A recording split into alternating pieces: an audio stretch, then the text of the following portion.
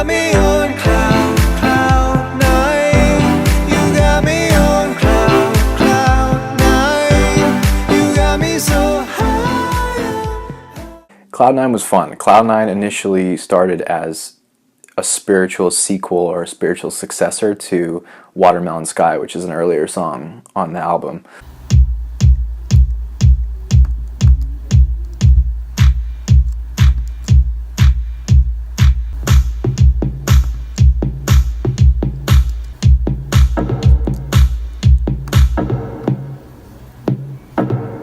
I kind of approached the lyrics much differently in this song than I usually do, which was, I knew what I wanted to say. I knew I wanted it to be sort of this ode to a lover.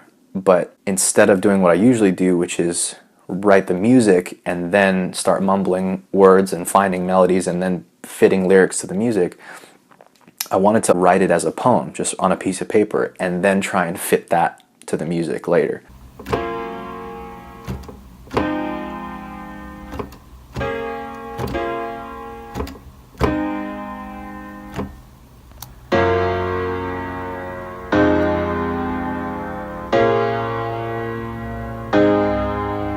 And so the kind of idea of the song, the narrative, I guess, is a guy falling for this girl, and it's great, and she's amazing, but she's also kind of distant, and it's also kind of there's a hint in the song, despite how upbeat it is, that this is maybe a little toxic, and this is maybe almost like a drug, you know?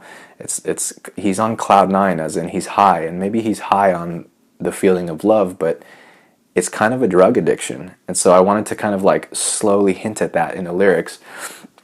So, you know, her smile is an April moon, and an April moon is very beautiful, but it's also cold, and it's painted in dark ocean hues, dark blues. It's kind of mysterious. You don't really know what's behind it.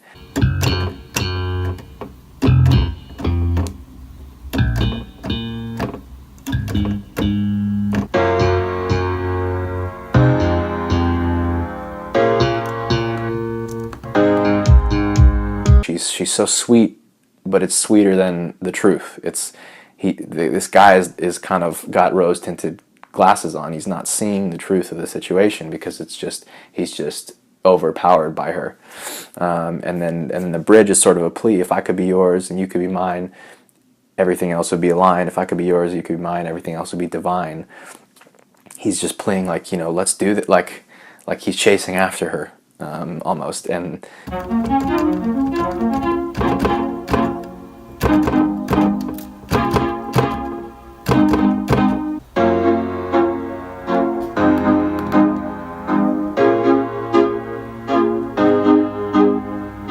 in the second verse, I kind of was writing it as if they've gotten together now. Your eyes are a soft morning dew, hanging on every petal bloom, you know, just kind of creating again this dreamy springtime imagery. And then the smell of the earth and your skin tells me where I'll go and where I've been. So the idea was the smell of the earth is everything in his past. It reminds him of where he's been in his life. The smell of her skin is his future. She's his future.